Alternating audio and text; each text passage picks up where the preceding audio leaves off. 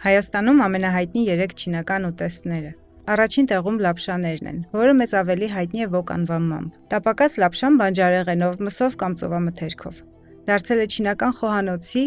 ամենաճանաչելի ուտեստներից մեկը ամբողջ աշխարհում։ Երկրորդը բաոներն են։ Փափուկ, շոգեխաշած խմորով բուլկիներ, տարբեր միջուկներով։ Չինաստանում բաոների բազմաթիվ տեսակներ կան։ Հայաստանում դրանք վերջին տարիներին շատ են սիրվել։ Երրորդը կասեի դիմսամ, բայց դիմսամը բաոյի տեսակ է համարվում։ Գոյություն ունեն հենց միայն դիմսամի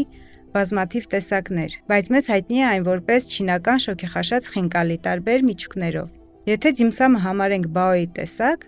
ապա երրորդ տեղում պեկինյան բադն է։ Սա արդեն չինական դասական խոհանոցի խորհրդանիշներից մեկն է։ Խրթխրթան կեղևով բադ, որը մատուցվում է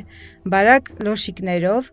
սոուսով եւ բանջարեղենով։ Բայց հետաքրքիրն այն է, որ այս ցանկը Չինաստանում լրիվ ուրիշ տեսք կունենար։ Չինաստանում հայտնի են ուտեստներ, որոնք մենք Հայաստանում դեռ չգիտենք։ Կոմենտներում գրեք, ինչ եք մտաբերում չինական ուտեստ ասելով։